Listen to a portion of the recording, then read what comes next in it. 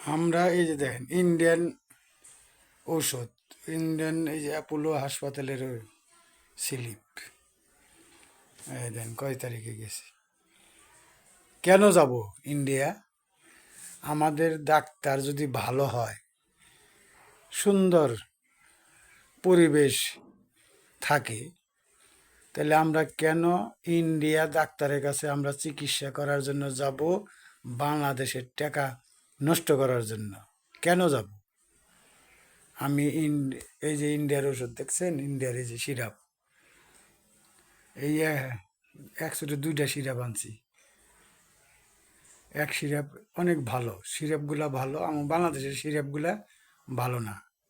কারণ ওই মেডিকেলের সামনে যে দালালগুলা থুয়ে দেয় না, 110টা 20টা করে হাফটা কোম্পানির, ওই দালালের বেতন দিতে দিতে ওষুধ হয়ে গেছে 2 নম্বর বাংলাদেশের ওষুধ। এই দেখেন সব ওষুধ, এই যে ওষুধ, ইন্ডিয়ান ওষুধ, এই যে দেখেন আমাদের বাংলাদেশের কত একটা জিনিস, এই যে এটার দাম 10 টাকা, ইন্ডিয়ান 10 টাকা, তাহলে আমার বাংলাদেশের 14 টাকা না 13 টাকা পরে এখন বর্তমান। আচ্ছা, তাহলে ওই দেশের 10 টাকায় যদি হয়, আমার 14 টাকা হাইস্ট।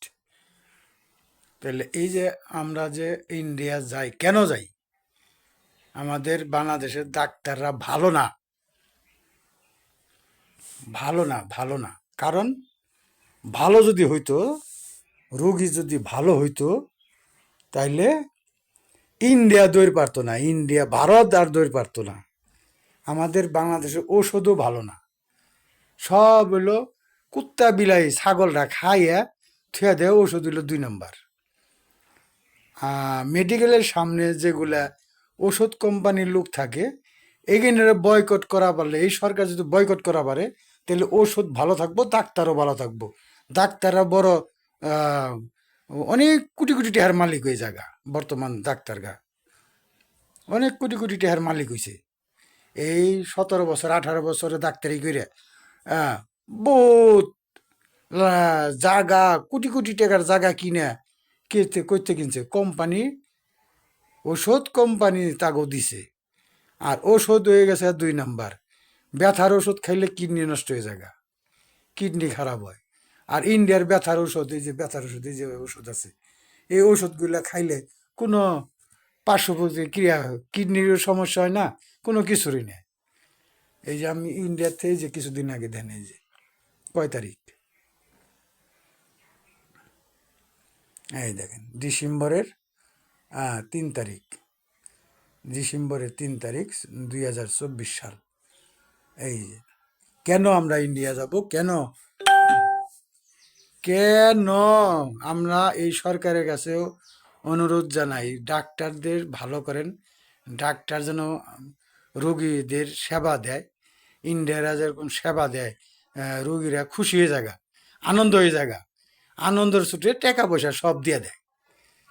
আর আমাদের দেশের ডাক্তাররা এক ডাক্তারের রিপোর্ট আরেক ডাক্তারে দেখে না।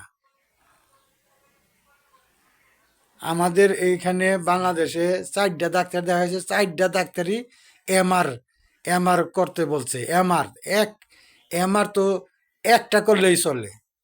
ইন্ডিয়াতে একটা কইরা বিভিন্ন হাসপাতালে ওই এমআর একটাই দেখছে। তাহলে বাংলাদেশের ডাক্তাররা কেন এক ডাক্তারের রিপোর্ট আরেক ডাক্তারে দেখে না? কেন দেখে না? টাকার দরকার তাদের, টাকা, রুগীর মানুষের দরকার নাই। আমি বহুত কষ্টে দুঃখে এই কথাগুলা বলতাছি। আমাদের এই সরকারে, ডাক্তার ইউনূসকে বলতাছি, সবাইকে বলতাছি যে আপনারা এই ডাক্তারগুলা একটু সুন্দর পরিবেশ করেন, সুন্দর করেন, মানুষ যেন ভারতে যেন না যায়। আর ওষুধ কোম্পানিগুলো, দালালগুলা একদম নষ্ট করে দেন। দালালের বেতনই দিব না ওষুধ ভালো করব? ডাক্তারের ওষুধ ডাক্তারের টাকা দিব না ওষুধ ভালো করব? ওই দেশে তো আমরা যখন স্লিপ নিয়ে বাইর হই ডাক্তারের কাছে, কেউ তো বলে না যে দেখি তো কোন ডাক্তারে কি কি লাগছে, কোন ওষুধ লাগছে, এই কথাটা তো বলে না। আর আমাদের বাংলাদেশে ডাক্তারের থেকে ভাইরানের পরেই মানে 8-10 জন 25 জন আমাদের খাবলাই ধরে। দেখি দেখি দেখি দেখি দেখি দেখি দেখি দেখি করতে করতে আমাদের সিলিবি সিরালা ডাক্তারের মেমো, ডাক্তার যে সিল এইগুলা প্রেসক্রিপশনগুলা হেডি সিরালা টানাটানি করতে করতে। তাহলে আমাদের অনেক ব্যথা, অনেক কষ্ট। আমরা আর ভারত যাইবার চাই না, ইন্ডিয়া যাইবার চাই না। আমরা বাংলাদেশে চিকিৎসা দীর্ঘজীবী হোক, সুন্দর হোক, এটাই কামনা করি।